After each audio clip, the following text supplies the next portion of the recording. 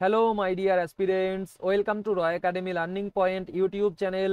বন্ধুরা, সম্প্রতি যে আরপিএফ কনস্টেবল 2024-এর পরীক্ষা হলো এই 2025 সালের মার্চ মাসে, টোটাল 36টা শিফটে, তাতে যে সংবিধান সংশোধনের প্রশ্নগুলো এসছে সেগুলো আমি ওই 36টা শিফট ঘেটে স্ক্রিনশট নিয়ে একটা পিডিএফ করেছি। কারণ এই সংবিধান সংশোধনের প্রশ্নগুলি তোমাদের রেলের আসন্ন পরীক্ষাগুলির জন্য ভেরি ভেরি ইম্পর্টেন্ট, এবং যে প্রশ্নগুলো এসছে এগুলো আবার রিপিট হওয়ার সম্ভাবনা রয়েছে। ঠিক আছে, তো এই ভিডিওতে আমি এই সংবিধান সংশোধনের প্রশ্নগুলি আলোচনা করব। তো ভিডিওটি প্রথম থেকে শেষ পর্যন্ত দেখবে। আর আমাদের চ্যানেলে নতুন হয়ে থাকলে চ্যানেলটিকে সাবস্ক্রাইব করার পরে পাশে আসা বেল আইকনটিকে অল অপশানে সেট করে নেবে। ঠিক আছে, আর ভিডিওর নিচে ডেসক্রিপশন বক্সে আমাদের অফিসিয়াল টেলিগ্রাম চ্যানেলের লিঙ্ক দেওয়া আছে, সেখান থেকে আমাদের টেলিগ্রাম চ্যানেলে জয়েন করে নেবে। তো চলো শুরু করা যাক। প্রশ্নটিতে বলেছে 26শে নভেম্বর 2024 অনুসারে 1950 সালে প্রথম কার্যকরী হওয়ার পর থেকে ভারতের সংবিধানে কতগুলি সাংবিধানিক সংশোধন করা হয়েছে? 106টি। 1950 সালে প্রথম কার্যকরী হওয়ার পর থেকে 106টি সাংবিধানিক সংশোধন করা হয়েছে। নেক্সট, নিচের কোন সংবিধান সংশোধনী আইনটি ভারতের সংবিধানে নবম তফসিলকে যুক্ত করেছে? প্রথম সংবিধান সংশোধনী আইনটি।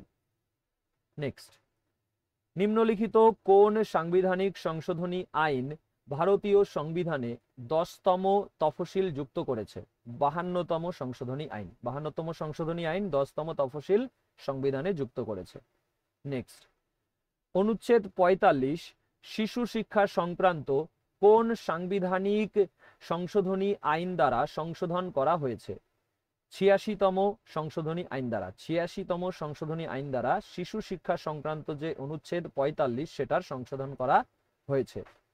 ঠিক আছে, নেক্সট দেখো, নিচের কোন সাংবিধানিক সংশোধনী আইনটি দেশীয় রাজ্যের প্রাক্তন শাসকগণের রাজন্য ভাতা ও সুযোগ সুবিধা বিলুপ্ত করেছিল? 26তম সংশোধনী আইন। 26তম সংশোধনী আইন তোমার দেশীয় রাজ্যের প্রাক্তন শাসকগণের রাজন্য ভাতা ও সুযোগ সুবিধা বিলুপ্ত করেছিল। ঠিক আছে, নেক্সট দেখো, কোন সংশোধনী ভারতীয় সংবিধানে দলত্যাগ বিরোধী আইন প্রবর্তন করেছিল, যার লক্ষ্য ছিল নির্বাচিত সদস্যদের দল পরিবর্তন করা থেকে বিরত রাখা? তো 52তম সংশোধনী। 52তম সংশোধনী আইন দলত্যাগ বিরোধী আইন প্রবর্তন করেছিল। ঠিক আছে, তো এই আইন প্রবর্তন করার পিছনে একটা গল্প আছে, তো সেটা আমি যখন তোমাদের বেসিক থেকে করাবো চ্যাপ্টার ওয়াইজ ডিটেলসে, ঠিক আছে, তখন তোমাদের বলবো। ওকে, এখন আমি শুধু কোশ্চেনগুলোকে ডিকটেট করে দিচ্ছি যাতে তোমরা এই কোশ্চেনগুলো মুখস্থ করে নিতে পারো, এবং এই রিলেটেড যারা ফ্রেশার্স আছো তারা নতুন প্রিপারেশন নেওয়ার সময় এই টপিকটার সব কোশ্চেনগুলো পড়ে নেবে। ঠিক আছে, আর এইগুলো তো মুখস্থ করবেই সঙ্গে। আর যারা তোমার আগের থেকে প্রিপারেশন নিচ্ছ তারা কোশ্চেনগুলো দেখে রিকল করার চেষ্টা করো যে কতগুলো তোমার মনে আছে। ঠিক আছে, যদিও এখানে আনসার আছে, তুমি পড়লে তো তোমার সেগুলো রিভিশন হচ্ছে, তাই না? তো রিভিশন দাও এবং সাথে সাথে রিকল হয়ে যাবে। এবার দেখো, বলেছে 71তম সংশোধনী আইন দ্বারা ভারতীয় সংবিধানের 8ম তফসিলে নিম্নলিখিত কোন ভাষাগুলিকে যুক্ত করা হয়েছিল? মণিপুরি, কোঙ্কণী এবং নেপালি ভাষাকে যুক্ত করা হয়েছিল।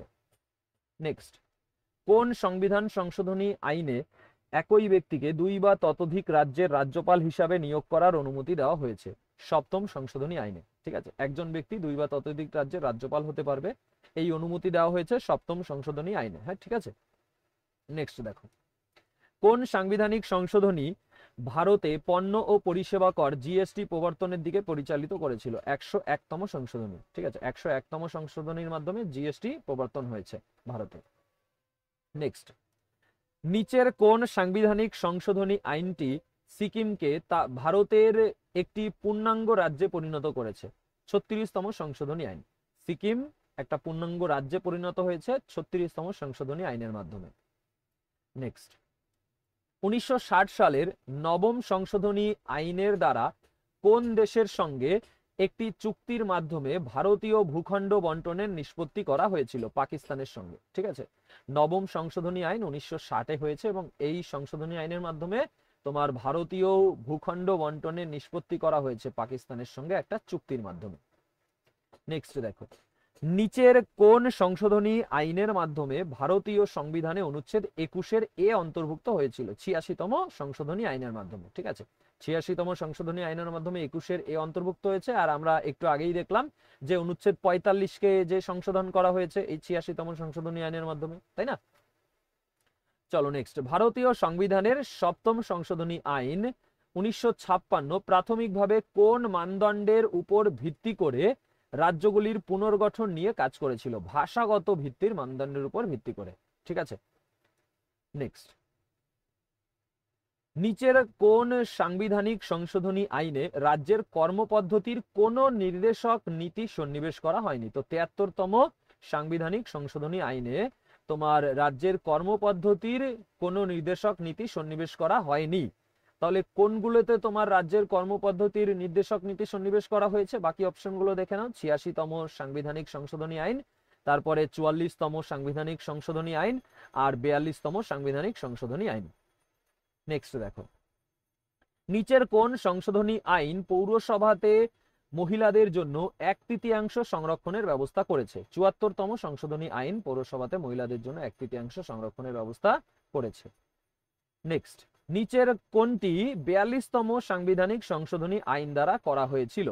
সংবিধানে প্রস্তাবনায় ধর্মনিরপেক্ষ শব্দের সংযোজন করা হয়েছে। ঠিক আছে, 42তম সাংবিধানিক সংশোধনী আইন দ্বারা ধর্মনিরপেক্ষ শব্দের সংযোজন করা হয়েছে প্রস্তাবনায়। ঠিক আছে, আর এই 42তম সাংবিধানিক যে সংশোধনী হয়েছিল এটা সব থেকে বড় সাংবিধানিক সংশোধনী ছিল। ঠিক আছে, এটাকে মিনি কনস্টিটিউশনও বলা হয়। তো এখন আমি বেশি ডিটেলসে যাব না, ডিটেলস করাবো না, শুধু কোশ্চেনগুলো দেখো কেমন এসেছিল। ঠিক আছে, তো ধর্মনিরপেখ শব্দের সংযোজন হয়েছে 42তম সাংবিধানিক সংশোধনী আইনে। এছাড়া দেখো সেম কোশ্চেন অন্য আর একটা শিফটে এসছে, কিন্তু সালটা দিয়ে এসছে যে নিম্নলিখিত কোন শব্দটি অন্তর্ভুক্ত করার জন্য 1976 সালের ভারতীয় সংবিধানের প্রস্তাবনা সংশোধন করা হয়েছিল? সমাজতান্ত্রিক ও ধর্মনিরপেক্ষ। ঠিক আছে, সমাজতান্ত্রিক ও ধর্মনিরপেক্ষ এই শব্দ দুটো অন্তর্ভুক্ত করার জন্য 1976 সালে ভারতীয় সংবিধানের প্রস্তাবনা সংশোধন করা হয়েছিল, সেটাই এই 42তম সাংবিধানিক সংশোধনী আইন। ঠিক আছে, 42তম সংশোধন।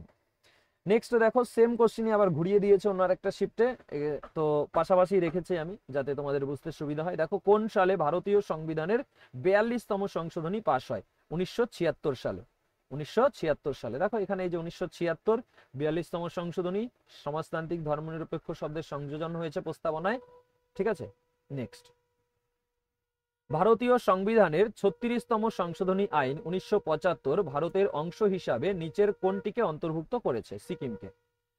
এই কোশ্চেনটা দেখো এর আগেও দেখলে আর একটা ছিল, তাই না? একটু আগেই ছিল, অন্য একটা শিফটে এসেছিল, কিন্তু এখানে আবার এইভাবে ঘুরিয়ে দিয়েছে। সেখানে এইটা অপশানে ছিল, এখানে সিকিম অপশানে রয়েছে। 36তম সংশোধনী আইনের মাধ্যমে সিকিমকে অন্তর্ভুক্ত করা হয়েছে। ঠিক আছে, রাজ্য হিসাবে, পূর্ণ রাজ্য হিসাবে 1975 সালে।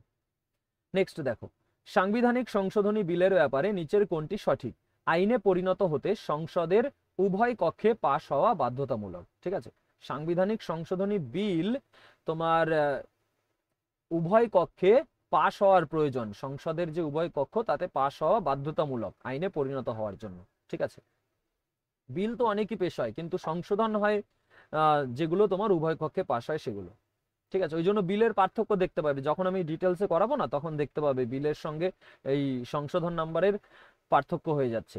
মানে বিল সংখ্যা বেশি হবে কিন্তু সংশোধন নাম্বার সংখ্যা কম, কারণ সব বিল তো পাস হয় না ওই জন্য। এবার দেখো, সমবায় সমিতিকে রাজ্যের কর্মপদ্ধতির নির্দেশক নীতিসমূহের অংশ হিসেবে স্বীকৃতি প্রদানকারী 97তম সাংবিধানিক সংশোধনী আইন ভারতীয় সংবিধানের কোন অনুচ্ছেদটি সংশোধন করেছে? অনুচ্ছেদ 19 এবং 243। ঠিক আছে, সমবায় সমিতিকে রাজ্যের কর্মপদ্ধতির নির্দেশক নীতিসমূহের অংশ হিসাবে স্বীকৃতি প্রদানকারী 97তম যে সাংবিধানিক সংশোধনী আইন সেটা তোমার অনুচ্ছেদ 19 এবং 243-কে সংশোধন করেছে। নেক্সট, ভারতীয় সংবিধানের কোন সংশোধনী ভারতে পঞ্চায়েত রাজ ধারণাটি প্রবর্তন করেছিল? 73তম সংশোধনী। ঠিক আছে, 73তম সংশোধনীর মাধ্যমে পঞ্চায়েত রাজ ধারণা প্রবর্তন হয়েছে। নেক্সট, রাজ্য পরিবেশ রক্ষা ও উন্নত করার চেষ্টা করবে। ঠিক আছে, রাজ্য পরিবেশ রক্ষা করবে এবং উন্নত করার চেষ্টা করবে। ভারতীয় সংবিধানের ড্যাশ দ্বারা অন্তর্ভুক্ত রাজ্যের কর্মপদ্ধতির একটি নির্দেশক নীতি। তো 42তম সাংবিধানিক সংশোধনী আইন দ্বারা অন্তর্ভুক্ত কর্মপদ্ধতির একটি নির্দেশক নীতি হলো এটা, যে রাজ্য পরিবেশ রক্ষা উন্নত করার চেষ্টা করবে। ঠিক আছে, নেক্সট, কোন সাংবিধানিক সংশোধনী ভারতে ভোটদানের বয়স 21 বছর থেকে কমিয়ে 18 বছর করেছে? 61তম সংশোধনী। 61তম সংশোধনীর মাধ্যমে এখন আমরা 18 বছর বয়সেই ভোট দিতে পারি। ঠিক আছে, আগে 21 বছর বয়স হওয়ার পরে তোমার ভোটাধিকার পেত। নেক্সট দেখো, কোন সাংবিধানিক সংশোধনী আইন নাগাল্যান্ডকে বিশেষ মর্যাদা প্রদান করে অনুচ্ছেদ 371A যুক্ত করেছে? 13তম সংশোধনী আইন। 13তম সংশোধনী আইন নাগাল্যান্ডকে বিশেষ মর্যাদা প্রদান করে অনুচ্ছেদ 371A যুক্ত করেছে। নেক্সট, 42তম সাংবিধানিক সংশোধনী আইনের মাধ্যমে ভারতীয় সংবিধানে কতগুলি মৌলিক কর্তব্য অন্তর্ভুক্ত করা হয়েছিল? 10টি মৌলিক কর্তব্য অন্তর্ভুক্ত করা হয়েছিল। ঠিক আছে, নেক্সট দেখো, নিচের কোন সাংবিধানিক সংশোধনী আইনটি রাজ্যের কর্মপদ্ধতির নির্দেশক নীতিসমূহ হিসাবে বিনামূল্যে আইনি সহায়তা প্রদান করে? 42তম সাংবিধানিক সংশোধনী আইনটি। তো 42তম সাংবিধানিক সংশোধনী আইনে অনেক কিছু অ্যাড করা হয়েছে এবং পরিবর্তন করা হয়েছে। ঠিক আছে, ভালো হয়েছে, খারাপও হয়েছে। যেহেতু অনেক কিছু হয়েছে, মানে একটা বিশাল পরিবর্তন হয়েছে সংবিধানে, সেই জন্য এটাকে মিনি কনস্টিটিউশন বলা হয়, আমি একটু আগেই বললাম। ঠিক আছে, ডিটেলস যখন পড়বে না, দেখবে অনেক মজা লাগবে এই বিষয়টা পড়তে। নেক্সট, এবার দেখো, কোন সাংবিধানিক সংশোধনী অনুচ্ছেদ 217 3 বা সুপ্রিম কোর্ট শব্দগুলি সংযুক্ত করেছে?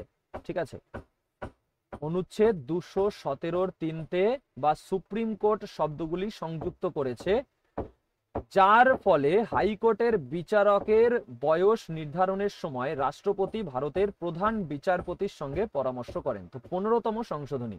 ঠিক আছে, 15তম সংশোধনীতে কি হয়েছে? অনুচ্ছেদ 217 3 সুপ্রিম কোর্ট শব্দগুলি সংযুক্ত করেছে, আর এর ফলে কি হয়েছে? হাইকোর্টের বিচারকের বয়স নির্ধারণের সময় রাষ্ট্রপতি ভারতের প্রধান বিচারপতির সঙ্গে পরামর্শ করেন।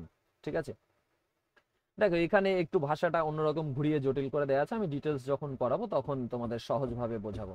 এবার বলেছে, নিচের কোন সংশোধনী আইনে 2 বা ততোধিক রাজ্যের জন্য একটি অভিন্ন হাইকোর্ট প্রতিষ্ঠার বিধান ছিল? 7ম সংশোধনী আইনে। 7ম সংশোধনী আইনে 2 বা ততোধিক রাজ্যের জন্য অভিন্ন হাইকোর্ট প্রতিষ্ঠার বিধান ছিল। নেক্সট, কোন সাংবিধানিক সংশোধনী আইনটি শিক্ষার অধিকার সংশোধনী নামে পরিচিত? 86তম সংশোধনী আইনটি। নেক্সট, নিচের কোন সাংবিধানিক সংশোধনী আইনে ভারত ও বাংলাদেশের মধ্যে স্থল সীমানা সংক্রান্ত চুক্তি রয়েছে? 100তম সংশোধনী আইনে। 100তম সংশোধনী আইনে ভারত ও বাংলাদেশের স্থল সীমানা সংক্রান্ত চুক্তি আছে। নেক্সট, কোন সাংবিধানিক সংশোধনী national commission for scheduled tribes NCST কে সাংবিধানিক মর্যাদা প্রদান করেছে? 89তম সংশোধনী আইন। নেক্সট, 42তম সাংবিধানিক সংশোধনী আইনের মাধ্যমে ভারতীয় সংবিধানের প্রস্তাবনায় নিচের কোন শব্দগুলি যুক্ত করা হয়েছে? সমাজতান্ত্রিক ও ধর্মনিরপেক্ষ। ঠিক আছে, দেখো এই প্রশ্ন কতবার এসছে, এটা তোমার এর আগেও প্রিভিয়াস ইয়ার রেলের কোশ্চেন যারা পড়েছো এতদিন তারা তো জানোই যে কেমন ইম্পর্টেন্ট এগুলো। এবার দেখো, 1976 সালের 42তম সংশোধনী আইন দ্বারা কোন অনুচ্ছেদটি সংবিধানে যুক্ত করা হয়েছিল? অনুচ্ছেদ 31D। 42তম সংবিধানী সংশোধনী আইন 1976-এর মাধ্যমে অনুচ্ছেদ 31D সংবিধানে যুক্ত করা হয়েছিল। নেক্সট, কোন অনুচ্ছেদের অধীনে 86তম সাংবিধানিক সংশোধনী আইন সংবিধানে শিক্ষার অধিকারকে সংযুক্ত করেছে? অনুচ্ছেদ 21A। এটাও দেখো এর আগে দেখলাম ঘুরিয়ে এসছে, এটা কোশ্চেনের মধ্যে ছিল, 86তমটা অপশনে ছিল, এখানে এটা অপশনে, ওটা কোশ্চেনে দিয়ে দিয়েছে। ঠিক আছে, তো এই কোশ্চেনগুলোই পেয়েছি আমি। ঠিক আছে, এই RPF কনস্টেবলের যে 36টা শিফট হলো তার মধ্যে, তো এগুলো মুখস্থ করে নিও, আর এর সাথে রিলেটেড তোমার কাছে যে বই থাকে সেটা থেকে পড়ো, বা আমি যখন ক্লাস করাবো সেখান থেকে তোমরা খুব সহজে এগুলো শিখতে পারবে ডিটেলসে। তো এখানেই ক্লাসটা এন্ড করছি, দেখা হবে তোমাদের সাথে পরের ক্লাসে। ততক্ষণ পর্যন্ত সবাই সুস্থ থেকো এবং ভালো থেকো। Take care. জয় হিন্দ, জয় ভারত।